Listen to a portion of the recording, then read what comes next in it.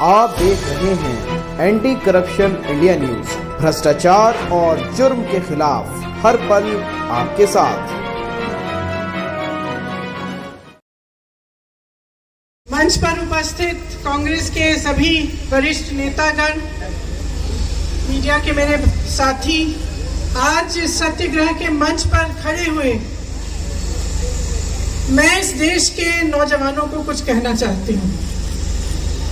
देखिए, आप इस देश का भविष्य हैं।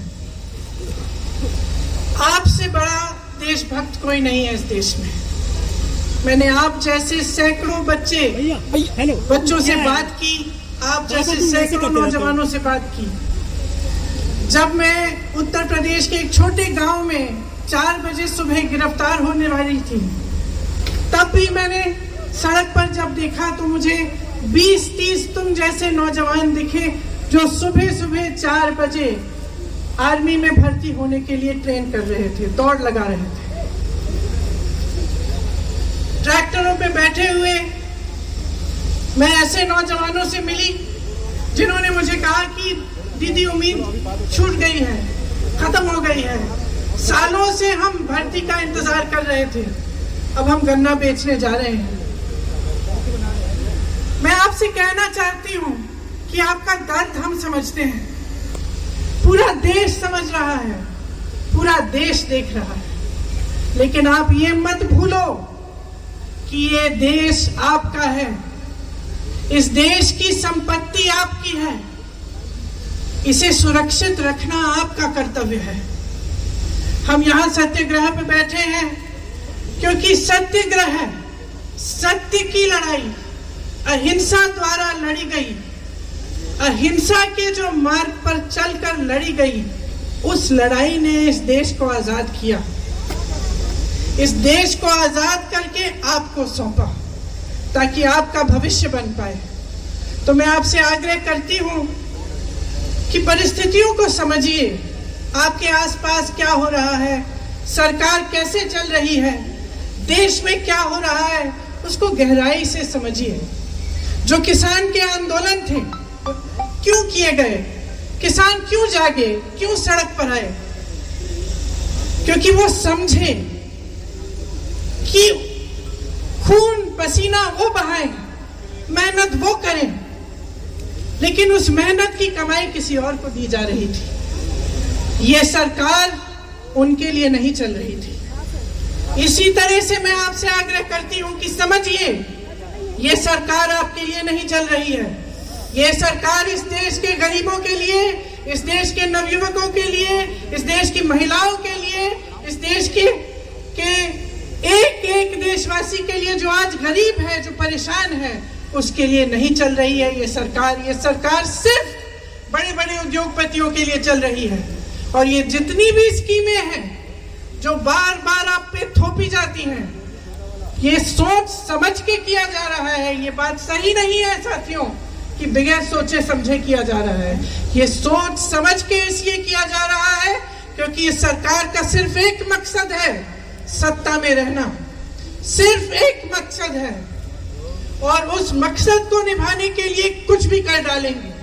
उस मकसद को निभाने के लिए वो बड़े बड़े सरकारी उद्योग थे, वो इन्होंने अपने उद्योगपति मित्रों को क्यों बेचे? आप बताइए क्यों बेचे?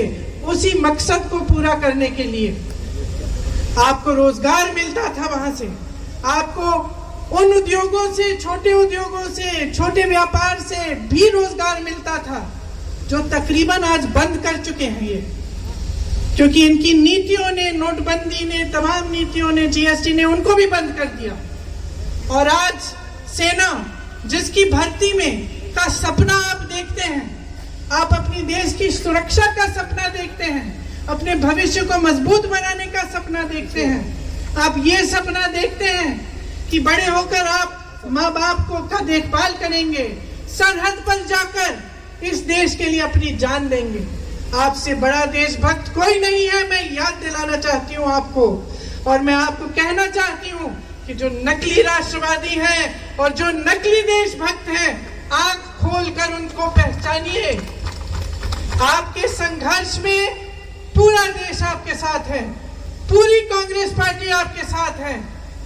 आपने हरिवंश राय बच्चन जी का जिक्र किया, उस कविता की कुछ पंक्तियां हैं। कवि ने कहा है, वृक्ष हो भले खड़े घने, हो बड़े, एक पत्र छा मांग मत, मांग मत, मांग मत। वृक्ष हो भले खड़े, हो घने हो बड़े, एक पत्र छा भी मांग मत, मांग मत, मांग मत। तू न थकेगा कभी, तू न थमेगा कभी, तू न झुकेगा कभी, कर शपथ, कर शपथ, कर शपथ। इस कविता का नाम आपने एक ऐसी स्कीम को दे दिया है जो इस देश के नवयुवकों को मार डालेगा। ऐसी स्कीम को जो इस देश की सेना जो हमारे देश की सुरक्षा करती है, जिनके सारे तमाम जो यहाँ पे भी आप खड़े हैं, आप सरहद पर जाकर सुरक्षा करते हैं, ऐसी स्कीम है जो इस सेना को खत्म कर देगा। आप इस सरकार को पहचानिए, इस सरकार की नीयत को पहचानिए मेरे भाइयों, मेरी बहनों।